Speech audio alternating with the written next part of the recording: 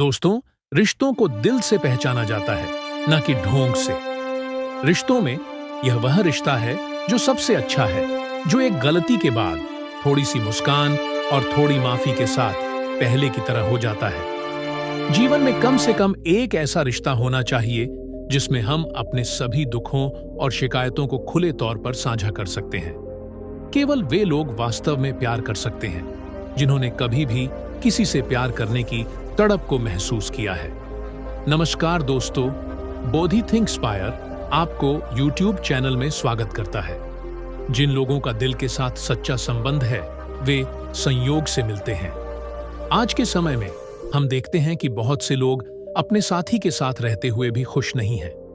जो आपसे ईर्ष्या करते हैं, वे उनसे नफरत नहीं करते हैं, क्योंकि वे वही लोग हैं जो मानते हैं कि आप उनसे बेहतर हैं। जीवन में इस तरह के परिप्रेक्ष्य को स्वीकार करें जो दूसरे व्यक्ति को अपनी भाषा में समझ सकता है। आखिर कौन कहता है कि सच्चाई का समर्थन करना आसान है? कौन कहता है कि समय बहुत तेजी से चला जाता है? यदि आप कभी किसी की प्रतीक्षा करते हैं तो आपको पता चल जाएगा कि धीरे धीरे समय कितना होता है। कोई फर्क नहीं पड़ता कि आप कितने अच्छे व्यक्ति हैं, आप किसी की कहानी में बुरे हैं, चाहे वह एक रिश्ता हो या एक रास्ता। जब तक हम ठोकर नहीं करते, हमें अपनी सही जगह का एहसास नहीं होता है। जो लोग जीवन में दूसरों पर निर्भर हैं, वे कभी खुश नहीं हो सकते। ऐसा ही बने कि आप अपनी सभी जरूरतों और इच्छाओं को पूरा कर सकें। किसी को इतना समय न दें कि समय आने पर वह आपके महत्व को भूल जाता है। जो आपको समझता है और यह भी बताता है कि समय कब आता है, उससे बेहतर साथी नहीं हो सकता। जो लोग अपनी गलतियों को स्वीकार नहीं करते हैं, वे आपको अपना मान सकते हैं। दुख सभी के हिस्से में आता है। अंतर केवल इतना है कि कुछ लोग इसे दिखाते हैं और कुछ इसे अपने दिलों में छिपाते हैं। एक सच्चाई भी है कि हर कोई जो आपकी भलाई के लिए पूछता है, वास्तव में आपकी भलाई नहीं चाहता है। इस दुनिया में ईमानदार को कभी कभी मूर्ख कहा जाता है। पैसा ऐसी बात है कि अगर यह वहां है तो भी अजनबी हमारे अपने बन जाते हैं, और अगर यह नहीं है तो हमारे अपने अजनबी भी बन जाते हैं। यदि आप रिश्ते रखना चाहते हैं तो अच्छाई व्यक्त करते रहे, और अगर आप खत्म करना चाहते हैं तो सच्चाई को अपने सामने लाएं। धोखा देना धोखा नहीं है, लेकिन किसी के साथ होने का नाटक करना उससे कहीं बड़ा धोखे है। आप इस बारे में चिंतित हैं कि लोग क्या कहते हैं। जब स्थिति बदल जाती है तो लोगों के शब्द भी बदल जाते हैं। कभी कभी अपने स्वयं के गिरने के लिए हमारे अपने बारे में गलत अफवाहें फैलाती हैं। यदि रिश्ते दिल में हैं तो वे टूटने पर भी नहीं टूटते हैं, और अगर वे दिमाग में हैं तो वे शामिल होने पर भी शामिल नहीं होते हैं। सभी ज्ञान पुस्तकों में नहीं पाए जाते हैं। कभी कभी यह ज्ञान सार्थक लोगों से भी पाया जाता है।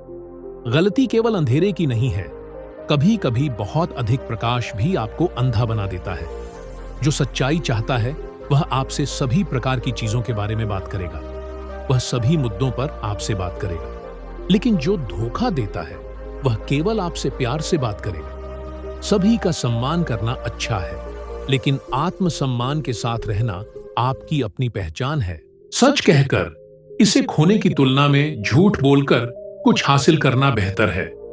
इस जगह पर विश्वास मत करो। जब वे एक पल के लिए यहां मिलते हैं तो लोग अपने पुराने रिश्तों को भूल जाते हैं। जहां हमें अपने प्रियजनों के सामने अपनी सच्चाई साबित करनी है, वहां बुरे लोग ठीक हैं।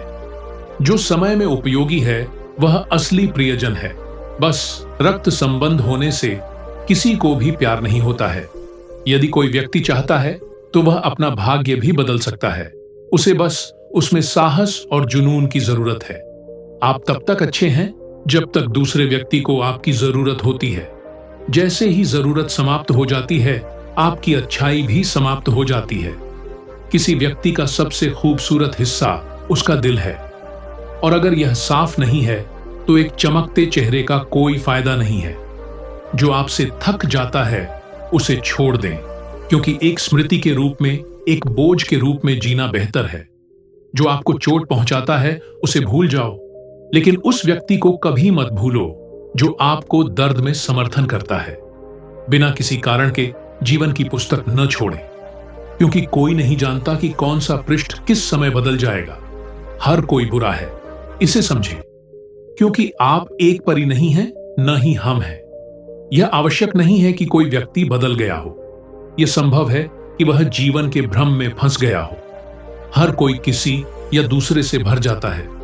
यदि एक दिल प्यार से भर जाता है तो कुछ दुख से भरे होते हैं, कुछ दुख के साथ और कुछ पुरानी यादों के साथ। देखिए, दिल की आशा इतनी मजबूत है, यह किसी ऐसे व्यक्ति की प्रतीक्षा कर रहा है जो इसकी परवाह नहीं करता है। जीवन बहुत छोटा है, इसलिए यह किसी के बाद दौड़ने से बेहतर है। दुनिया का परीक्षण करने के बजाय अपने सपनों को पूरा करना बंद करें, क्योंकि जो लोग बाहर से देखते हैं वह नहीं है जो वे अंदर से देखते हैं। एक बार एक ऊंट और जंगल में एक खरगोश के बीच एक गहरी दोस्ती थी। वे हमेशा एक साथ रहे, घास पर चढ़ते रहे, खेले और आराम किया। दोनों के बीच गहरी दोस्ती थी। जब उन्हें नदी पार करना था तो ऊंट अपनी पीठ पर बैठ जाएगा और नदी को आसानी से पार कर जाएगा। खरगोश बहुत बुद्धिमान था और अक्सर अपने ज्ञान के साथ ऊंट का मार्गदर्शन करता था। एक दिन ऊंट ने खरगोश से कहा, दोस्त, मैं आपको एक दूर की भूमि पर ले जाऊंगा। मुझे एक कहानी बताएगी जो मुझे ज्ञान देगी और मेरी यात्रा को आसान बना देगी। खरगोश मुस्कुराया और कहा, मैं आपको एक कहानी बताऊंगा जो हमें एक मूल्यवान सबक सिखाएगा। कृपया ध्यान से सुने। खरगोश ने फिर से कहानी शुरू की। दोस्त, वे 3 लोग हैं जिन पर आपको कभी भरोसा नहीं करना चाहिए, जो आपके रक्त संबंधों के बावजूद आपको धोखा देते हैं। बहुत समय पहले एक सुंदर शहर था। उस शहर में एक चोर अपने परिवार के साथ रहता था और अपना जीवन यापन करने के लिए बहुत कम चुराता था। वह चोरी करता था, लेकिन उसका परिवार व्यवसाय को ठीक से नहीं चला सकता था। यही कारण है कि वह हमेशा चिंतित और दुखी था। एक दिन चोर अपने घर के बाहर बैठा था और सोच रहा था, मैं चोरी करता हूं, मैं लोगों के घरों को लूटता हूं, फिर भी मैं दुखी हूं। मैंने बहुत चोरी की है, लेकिन मेरे परिवार की गरीबी खत्म नहीं होती है। अब मैं क्या करूं? सोचते हुए एक विचार चोर के दिमाग में आया। उसने सोचा, पाप पाप है, चाहे वह छोटा हो या बड़ा हो। मैं हमेशा एक चोर रहूंगा। अगर मैं पकड़ा जाता हूं तो मुझे छोटी चोरी के लिए वही सजा मिलेगी जैसे मुझे बड़ी चोरी के लिए मिलेगा। तो मुझे बहुत चोरी क्यों नहीं करनी चाहिए? यह सोचकर चोर ने एक योजना बनाई कि वह आज रात राजा के खजाने को चुराने के लिए जाएगा। इस दृढ़ संकल्प के साथ उन्होंने खजाना चुराने की योजना बनाई। जब रात गिर गई तो चोर महल में घुस गया और वहां पहुंचने के दौरान वह उस स्थान पर पहुंचा जहां राजा का खजाना रखा गया था। वहां पहुंचने पर उन्होंने देखा कि सुरक्षा थी कि कई सैनिक खजाने की रखवाली कर रहे थे और उनकी आंखों से बचकर खजाने तक पहुंचना बहुत मुश्किल था। सुरक्षा इतनी तंग थी कि इसे तोड़ना और खजाने तक पहुंचना आसान नहीं था। अगर एक सैनिक की नजर चोर पर गिरती तो वह तुरंत उसे मार डालेगा। सैनिकों को देखते हुए चोर को लगा जैसे कि 4 यमराज खजाने के चारों ओर खड़े हैं। वह सोचने लगा कि अगर उसने चोरी करने की कोशिश की तो वह जीवित नहीं रह पाएगा। यह सोचकर चोर ने चोरी करने का इरादा छोड़ दिया और पीछे मुड़कर छोड़ दिया। लेकिन थोड़ी दूरी पर उसके दिमाग में एक और विचार था। उसने सोचा, मैंने महल के अंदर पहुंचने के लिए इतनी मेहनत की है और अब घर वापस आना सही नहीं है। अगर मैं खाली हाथ लौटता हूं तो मेरे लिए अब तक आना बेकार हो जाएगा। यह सोचकर वह राजा के कक्ष की ओर चलना शुरू कर दिया। चोर ने माना कि राजा को इस समय अपनी रानी के साथ गहरी नींद में सो रहा होगा, इसलिए वह राजा की शाही पोशाक पहनने के लिए चैम्बर में जाएगा। राजा की शाही पोशाक पहने हुए वह महल से पैसे चुरा लेगा और पैलेस को आसानी से छोड़ देगा। गार्ड उसे रोक नहीं पाएंगे और उसका काम आसान हो जाएगा। यह सोचकर चोर राजा के कक्ष में पहुंच गया और धीरे धीरे घूंघट को हटा दिया और अंदर झांकने लगा। जैसे ही उसने घूंघट को हटा दिया और अंदर देखा, वह आश्चर्यचकित था। उसने देखा कि राजा गहरी नींद में सो रहा था और रानी बिस्तर पर बैठी थी। जब उसने रानी को जागते देखा, चोर उठ गया और रानी के सोने का इंतजार करने लगा। कुछ समय के लिए चोर वहां खड़ा था और फिर उसने घूंघट को हटा दिया और देखा कि क्या रानी सो रही थी या नहीं, क्योंकि चोर राजा की पोशाक को चुराना चाहता था और महल को छोड़ना चाहता था। लेकिन जब उसने घूंघट को हटा दिया तो उसने देखा कि रानी अभी भी जाग रही थी। यह देखकर चोर फिर से खड़ा हो गया। लंबे समय तक खड़े होने के बाद उन्होंने सोचा, मैं कब तक यहां खड़ा हो सकता हूं? मेरी पीठ थक जाएगी। यह सोचकर उन्होंने चैम्बर के बाहर कुर्सी पर थोड़ी देर आराम करने का फैसला किया और रानी गहरी नींद में सो जाएगी। यह सोचकर चोर चुपचाप कुर्सी पर पहुंच गया और उस पर बैठने की कोशिश की।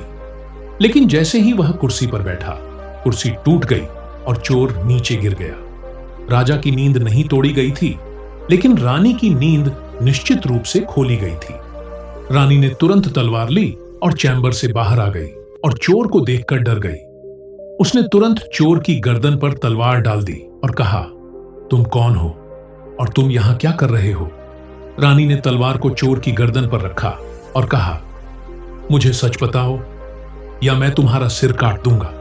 चोर ने अपनी गर्दन पर रानी की तलवार को महसूस किया और कांपने लगा। उसका पूरा शरीर पसीने से लथपथ था। वह अपने हाथों में शामिल हो गया और कहा, रानी, मेरी जिंदगी बारी। मैं गरीब हूं और चोरी करने के इरादे से मैं आपके महल में आया। मैं आपके शहर का एक छोटा चोर हूं और मैं बहुत कम चुराता हूं और अपने